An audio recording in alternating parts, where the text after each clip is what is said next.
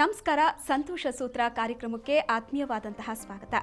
ಭಾರತೀಯ ಸಂಸ್ಕೃತಿಯ ವಿದ್ವತ್ಪೂರ್ಣ ಅನಾವರಣವೇ ಈ ಸಂತೋಷ ಸೂತ್ರ ಕಾರ್ಯಕ್ರಮ.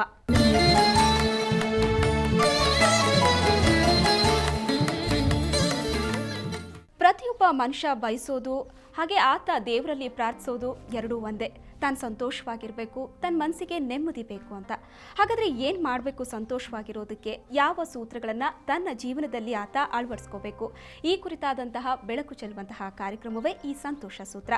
ಈ ಕಾರ್ಯಕ್ರಮ ಪ್ರತಿ ಭಾನುವಾರ 11:30ಕ್ಕೆ ಪ್ರಸಾರವಾಗುತ್ತೆ. ಪ್ರತಿ ವಾರದ ಈ ಸಂಚಿಕೆಯಲ್ಲೂ ಕೂಡ ವಿದ್ಯಾವಾಚಸ್ಪತಿ ಡಾಕ್ಟರ್ ಸಂತೋಷ್ ಗುರೂಜಿಯವರು ನಮ್ಮೊಂದಿಗಿರ್ತಾರೆ. ಇವತ್ತಿನ ಈ ಕಾರ್ಯಕ್ರಮದಲ್ಲೂ ಕೂಡ ಗುರೂಜಿಯವರು ನಮ್ಮೊಂದಿಗಿದ್ದಾರೆ. ಗುರೂಜಿಯವರೇ, ಕಾರ್ಯಕ್ರಮಕ್ಕೆ ಸ್ವಾಗತ. ಹಾಗೆಯೇ ಈ ಸಂತೋಷ ಸೂತ್ರದಲ್ಲಿ ಅಂದರೆ ಪ್ರತಿಯೊಬ್ಬ ಮನುಷ್ಯ ಕೂಡ ಸಂತೋಷವಾಗಿರಬೇಕು ಅಂತ ಆಸೆ ಪಡ್ತಾನೆ. ಯಾವೆಲ್ಲ ಸೂತ್ರಗಳನ್ನು ಆತ ತನ್ನ ಜೀವನದಲ್ಲಿ ಅಳವಡಿಸ್ಕೋಬೇಕಾಗತ್ತೆ? ಒಬ್ಬ ಮನುಷ್ಯ ಸಾಮಾನ್ಯ ಒಂದು ಜೀವನ ನಡೆಸಿ ತಾನೊಂದು ಮೋಕ್ಷ ಕಾಣಬೇಕು ಅನ್ನುವಂಥ ಅಂತಿಮ ಘಟ್ಟದವರೆಗೆ ನಮ್ಮ ಪ್ರಾಚೀನರು 3 ಅಂಶಗಳನ್ನು ಹೇಳಿದ್ರು. ಏನು? ಆಹಾರ, ನಿದ್ರಾ, ಬ್ರಹ್ಮಚರ್ಯ ಅಂತ. ಆಹಾರ ಅನ್ನುವಂಥದ್ದು ಎಲ್ಲರಿಗೂ ಅಗತ್ಯ. ಆದರೆ ಆಹಾರ ಎಷ್ಟರ ಮಟ್ಟಿನ ಆಹಾರ ನಮಗೆ ಅಗತ್ಯ, ಯಾವ ರಸಗಳ ಆಹಾರ ನಮಗೆ ಅಗತ್ಯ, ಎಷ್ಟು ಪೌಷ್ಟಿಕಾಂಶಗಳ ಆಹಾರ ಅಗತ್ಯ ಇತ್ಯಾದಿಗಳ ಬಗ್ಗೆ ಒಂದು ಹಂತವನ್ನು ತಂದರು. ನಿದ್ರೆ, ಸುಖದ ನಿದ್ರೆ ಯಾರು ಪಟ್ಟಿರ್ತಾರೆ, ಒಂದು ತುತ್ತು ಅನ್ನ, ಹೊಟ್ಟೆ ತುಂಬುವಷ್ಟು ಅನ್ನ, ಆಮೇಲೆ ಕಣ್ಣು ತುಂಬ ನಿದ್ರೆ ಯಾರಿರ್ತಾರೋ ಅವರಂಥ ಶ್ರೀಮಂತರೇ ಈ ಜಗತ್ತಿನಲ್ಲಿಲ್ಲ, ಆತನಿಗೆ ಯಾವ ರೋಗನೂ ಕಾಡೋಲ್ಲ ಅಂತ. ಇವುಗಳ ಮಧ್ಯದಲ್ಲಿ ಒಂದು ಮನಸ್ಸಿಗೆ ತೃಪ್ತಿ ಕೊಡ್ತಕ್ಕಂಥ ಬೇಕಾದಷ್ಟು ರೀತಿಯಾದಂತಹ ಆಸೆ ಆಕಾಂಕ್ಷೆಗಳಿಗೆ ಒಂದು ತಣಿಸ್ತಕ್ಕಂತಹ ಒಂದು ಚರ್ಯ ಯಾವುದು? ಬ್ರಹ್ಮಚರ್ಯ. ಆ ಬ್ರಹ್ಮಚರ್ಯ ಅಂದ ತಕ್ಷಣ ಕೇವಲ ದಾಂಪತ್ಯ ಅಥವಾ ಬ್ರಹ್ಮಚಾರಿನೋ ಅನ್ನುವಂಥ ಅರ್ಥ ಅಲ್ಲ. ಬ್ರಹ್ಮ ಅನ್ನುವಂಥದ್ದು ಸಹ ಪರಬ್ರಹ್ಮನನ್ನು ನೋಡ್ತಕ್ಕಂಥ ಚರ್ಯಗಳೂ ಆಗಿರ್ಬೋದು. ಅದರೊಳಗೆ ಹೀಗೆ ತಾನು ಧರ್ಮಿಷ್ಠನಾಗಿ ಎಷ್ಟಿರಬೇಕು, ಆ ಧರ್ಮಿಷ್ಠನಾಗಿ ಇರಬೇಕಾದ್ರೆ ತನ್ನ ಧರ್ಮಕರ್ಮಗಳು ಏನು ಹೇಳ್ತವೆ, ಆ ಧರ್ಮಕರ್ಮಗಳಿಗೆ ಆಧಾರ ಗ್ರಂಥಗಳು ಏನು, ಇವುಗಳ ಬಗ್ಗೆ ಸಂಪೂರ್ಣ ಸಮಗ್ರವಾಗಿ ತನ್ನ ಜೀವನದಲ್ಲಿ ಯಾರು ಅಳವಡಿಸಿಕೊಂಡು ಆ ರೀತಿಯಾಗಿ ಜೀವನಚರ್ಯೆಯನ್ನು ನಡೆಸ್ತಾನೋ ಅವನು ನಿಜವಾಗಿಯೂ ಸಹ ಪರಮಯೋಗಿಯಾಗಿರ್ತಾನೆ. ಅವನೇ ಸಂತೋಷವಾಗಿರ್ತಾನೆ, ಅವನೇ ಸಂತೋಷದ ಬದುಕನ್ನು ಕಾಣ್ತಾನೆ, ಅವನು ಮನುಷ್ಯ ಜೀವನದ ಮನುಷ್ಯ ಜನ್ಮದ ಸಾರ್ಥಕತೆಯನ್ನು ಕಂಡುಕೊಳ್ತಾನೆ ಅಂಥೇಳಿ ಆಹಾರ, ನಿದ್ರಾ, ಬ್ರಹ್ಮಚರ್ಯವನ್ನು ಸಂಪೂರ್ಣವಾಗಿ ಅರ್ಥ ಮಾಡ್ಕೊಳ್ಳಿ ಅಂತಂದರು.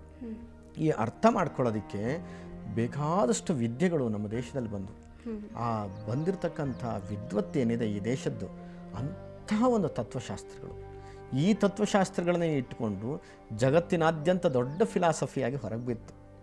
ಆ ಫಿಲಾಸಫಿಯಲ್ಲಿ ಆತ್ಮ ಅಂದ್ರೇನು, ಪರಮಾತ್ಮ ಅಂದ್ರೇನು, ಜಗತ್ತು ಅಂತಂದ್ರೇನು, ನಾವು ಯಾರು, ಪ್ರಾಣಿಗಳೇನು, ವನಸ್ಪತಿಗಳೇನು, ಈ ರೀತಿಯಾಗಿ ಸಂಪೂರ್ಣವಾದಂತಹ ಒಂದು ಚಿತ್ರಣವನ್ನು ಕೊಡ್ತು. ಇಷ್ಟೂ ಚಿತ್ರಣವನ್ನು ನಮ್ಮ ಜನರಿಗೆ ಮುಟ್ಟಿಸ್ಬೇಕು ಅನ್ನುವಂಥ ಕಾರ್ಯಕ್ರಮವೇ ಈ ಸಂತೋಷ ಸೂತ್ರಗಳು ಅಂತ. ಈ ಸೂತ್ರಗಳನ್ನು ನಾವು ಬಳಸ್ಕೊಂಡ್ರೆ ತಕ್ಕ ಮಟ್ಟಿನ ಜೀವನವನ್ನು ಬಳಸ್ಬೋದು ಏನೋ ಅನ್ನುವಂತಹ ಒಂದು ಫಾರ್ಮುಲಾಗಳನ್ನು ಕಂಡುಕೊಡ್ತಕ್ಕಂಥದ್ದೇ ಈ ಒಂದು ಕಾರ್ಯಕ್ರಮದ ಒಂದು ನಿಟ್ಟು. ಅದರೊಳಗೆ ಒಂದು ಸಾಧಾರಣ 10 ವಿಷಯಗಳ ಬಗ್ಗೆ ಒಂದೇ ಕಾರ್ಯಕ್ರಮದಲ್ಲಿ ಜನರಿಗೆ ಮುಟ್ಟಿಸ್ತಕ್ಕಂಥ ಪ್ರಯತ್ನವನ್ನು ಮಾಡಬೇಕು ಅಂತ. ಯಾವುದು 10 ವಿಷಯಗಳು? ಮುಖ್ಯವಾಗಿ ಬೇಕಾಗಿರ್ತಕ್ಕಂಥದ್ದು ಅಧ್ಯಾತ್ಮ. ಯಾವತ್ತೂ ಜೀವನದ ಕಡೇ ಭಾಗಕ್ಕೆ ನಾವು ಅದಕ್ಕೆ ವಾಲ್ತಕ್ಕಂಥದ್ದು ಹೆಚ್ಚು.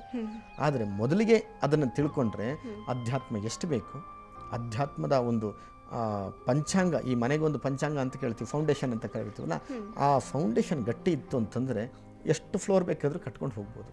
ಹಾಗಾಗಿ ಆ ಪಿಲ್ಲರ್ಗಳಾಗಿರ್ತಕ್ಕಂಥದ್ದೇ ಆತ್ಮ ಪರಮಾತ್ಮನ ಸಂಬಂಧ ಗೊತ್ತಿರ್ತಕ್ಕಂಥದ್ದು.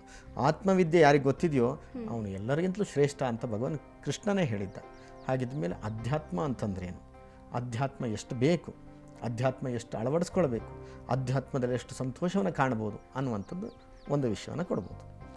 ಆಮೇಲೆ ಅಧ್ಯಾತ್ಮವನ್ನು ಬೋಧನೆ ಮಾಡ್ತಕ್ಕಂತಹ ಒಂದು ಸರಿಯಾದಂಥ ವ್ಯವಸ್ಥೆ ಯಾವುದಿದೆ, ಸರಿಯಾದಂಥ ಸಂಹಿತೆಗಳು ಯಾವುದಿದೆ, ಸರಿಯಾದಂಥ ಗ್ರಂಥಗಳು ಯಾವುದಿದೆ, ಅದಕ್ಕೆ ಪುರಾಣ ಅಂತ ಕರೀತಕ್ಕಂಥದ್ದು. ಆ ಭಗವಂತ ಅನ್ನುವಂಥ ಪರಮಾತ್ಮನ ಅಸ್ತಿತ್ವ ಎಲ್ಲಿದೆ, ಪರಬ್ರಹ್ಮ ವಸ್ತು ಅಂತಂದ್ರೇನು, ಪರಮಾತ್ಮ ತತ್ವ ಅಂತಂದ್ರೇನು, ಆ ಪರಮಾತ್ಮನ ಅವತಾರಗಳು ಯಾವ ರೀತಿ ಆಯಿತು, ಎಲ್ಲಿ, ಹೇಗೆ, ಯಾರಿಗಾಗಿ, ಯಾರಿಗೋಸ್ಕರದ ಅವತಾರ ಅಲ್ಲಿತ್ತು ಅನ್ನೋದನ್ನು ಒಂದು ಸಮಗ್ರ ಕಥಾ ಮಾಲಿಕೆ ಇದೆಯಲ್ಲ, ಇದು ಪುರಾಣ ಆಗುತ್ತೆ. ಆ ಪುರಾಣಗಳಲ್ಲೂ ಸಹ 18 ಪುರಾಣಗಳನ್ನು ಸಹ ಈ ದೇಶ ಕೊಡ್ತು. ಆದರೂ ವ್ಯಾಸ ಮುನಿಯನ್ನು ಸ್ಮರಿಸಬೇಕಾಗತ್ತೆ. ಪ್ರತಿಯೊಂದು ಪುರಾಣದ ಕಥೆಗಳಲ್ಲಿ ಸ್ವಲ್ಪ ವೈಭವೀಕರಣಗಳು ಇರ್ಬೋದು, ಅಥವಾ ಕೆಲವೊಂದು ಪುರಾಣ ಕಥೆಗಳಲ್ಲಿ ನಂಬಲಿಕ್ಕೆ ಕಷ್ಟವಾ ಅಂತನ್ನುವಂಥದ್ದು ಇರ್ಬೋದು. ಆದರೆ ಯಾವ ಪುರಾಣಗಳನ್ನು ನಾವು ಎಷ್ಟು ತಿಳ್ಕೊಂಡಿದ್ದೀವಿ, ಆ ಪುರಾಣದ ಕಥೆಗಳಲ್ಲಿ ಬರ್ಬೋದಂಥ ಆದರ್ಶಗಳೇನು, ಪರಮಾತ್ಮನನ್ನು ಆರಾಧನೆ ಮಾಡಬೇಕಾದ್ರೆ ಕಲಿಬೇಕಾದ್ದೇನು, ಅಲ್ಲಿ ಮೌಲ್ಯಗಳೇನು ಅನ್ನೋದನ್ನು ಜೀವನಕ್ಕೆ ಬೇಕಾಗಿರ್ತಕ್ಕಂಥದ್ದು, ಸಾಂತ್ವನ ನೀಡ್ತಕ್ಕಂಥದ್ದು ಕೆಲಸ ಈ ಪುರಾಣ ಮಾಡ್ತು. ಹಾಗಾಗಿ ಜನರಿಗೆ ಪುರಾಣಗಳ ಬಗ್ಗೆಯೂ ಸಹ ಕಥೆಗಳನ್ನು ಕೊಡ್ತಕ್ಕಂಥದ್ದು ಈ ಕಾರ್ಯಕ್ರಮದಲ್ಲಿ ಮಾಡೋದು ಅಂತೇಳಾಗಿದೆ. ಇನ್ನೊಂದು, ಇಷ್ಟೇ ಕಲ್ತ್ಕೊಂಡ್ರೆ ಸಾಕ, ನಮ್ಮ ಮನಸ್ಸು ಶಾಂತಿಯಾಗಿರಬೇಕು. ನಮ್ಮ ಮನಸ್ಸು ಒಳ್ಳೆ ರೀತಿಯಾಗಿ ಒಂದು ಯಾವುದೇ ತೊಂದರೆ, ತಾಪತ್ರಯ, ಗೊಂದಲಗಳಲ್ಲಿ ಮುಳುಗಿರಬಾರ್ದು. ಇವುಗಳಿಂದ ಹೊರಗೆ ಬರೋದು ಹೇಗೆ? ಯಾವಾಗ ಒಬ್ಬ ಮನುಷ್ಯ ಎಚ್ಚರವಾಗಿರ್ತಾನೋ ಅವನು ಮೆದುಳು ಸುಮ್ಮನೆ ಇರೋದೇ ಇಲ್ಲ. ನೀವು ಬೇಕಾದ್ರೆ ಯೋಚನೆ ಮಾಡಿ ನೋಡಿ. ಹೌದೌದು, ನೀವು ಬಸ್ಸೇ ಬಂದಿಲ್ಲ, ಬಸ್ಸಿಗೆ ಕಾಯ್ತಾ ಇದ್ದೀನಿ, ಏನು ಕೆಲಸ ಇಲ್ಲ ಅಂತ ಕೂತ್ಕೊಳ್ಳಿ, ಅಲ್ಲಿ ಏನೋ ಒಂದು ಯೋಚನೆ ಆಗ್ತಾನೆ ಇರುತ್ತೆ. ಅಥವಾ ಯಾರು ನನ್ನ ಜೊತೆಗೆ ಮಾತಾಡಲಿಕ್ಕಿಲ್ಲ, ನನಗೂ ಏನು ಕೆಲಸ ಇಲ್ಲ ಅಂತ ಸುಮ್ಮನೆ ಕೂತ್ಕೊಳ್ಳಿ, ಏನೋ ಒಂದು ಕೆಲಸ ಮಾಡ್ತಾನೆ ಇರುತ್ತೆ. ಮೆದುಳು ಸುಮ್ಮನೆ ಇರ್ತಕ್ಕಂಥದ್ದಿಲ್ಲವೇ ಇಲ್ಲ. ನಿದ್ರಾವಸ್ಥೆಯಲ್ಲಿ ಮಾತ್ರ ಸುಮ್ಮನೆ ಇರ್ತಕ್ಕಂಥದ್ದಿರುತ್ತೆ, ಅದರೊಳಗೂ ಸುಪ್ತಾವಸ್ಥೆಯಲ್ಲಿ ಕನಸುಗಳನ್ನು ಕಾಣಬಹುದು. ಅಂತಹ ಮೆದುಳು ನಿದ್ರಾವಸ್ಥೆಗಳೇ ಇಲ್ಲದೆ ಎಚ್ಚರವಾಗಿದ್ದು ಒಂದು ಸ್ವಲ್ಪ ರೆಸ್ಟ್ ಕೊಡ್ತಕ್ಕಂಥ ಕೆಲಸ ಆಗಬೇಕು. ಯಾಕೆಂತಂದರೆ ಒಂದು ಸ್ವಲ್ಪ ರೆಸ್ಟ್, ಅಂದರೆ ಒಂದು ಗಳಿಗೆಯ ರೆಸ್ಟ್ ಕೊಟ್ಟರೆ ಅವನಿಗೆ ಒಂದು ವಾರದ ಆಯುಷ್ಯ ಮುಂದಕ್ಕೆ ಹೋಗುತ್ತೆ, ಅಷ್ಟು ಶಕ್ತಿಯನ್ನು ಕೊಡುತ್ತೆ. ಅದನ್ನು ಯಾವ ಥರದಲ್ಲಿ ಕೊಡಬೇಕು, ಹೇಗೆ ಕೊಡಬೇಕು? ಧ್ಯಾನದಿಂದ ಕೊಡಬೇಕು. ಧ್ಯಾನವನ್ನು ನಮ್ಮಲ್ಲಿ ಅಳವಡಿಸ್ಕೊಳ್ಬೇಕು. ಈ ಧ್ಯಾನದಲ್ಲಿ ಯಾವ ರೀತಿಯಾದಂಥ ವಿಧಗಳಿದೆ? ಅಯ್ಯೋ ಸ್ವಾಮಿ, ನಾನು ಕಣ್ಣು ಮುಚ್ಕೊಂಡು ಕೂತ್ಕೊಂಡ ತಕ್ಷಣ ಧ್ಯಾನ ಆಗುತ್ತಾ?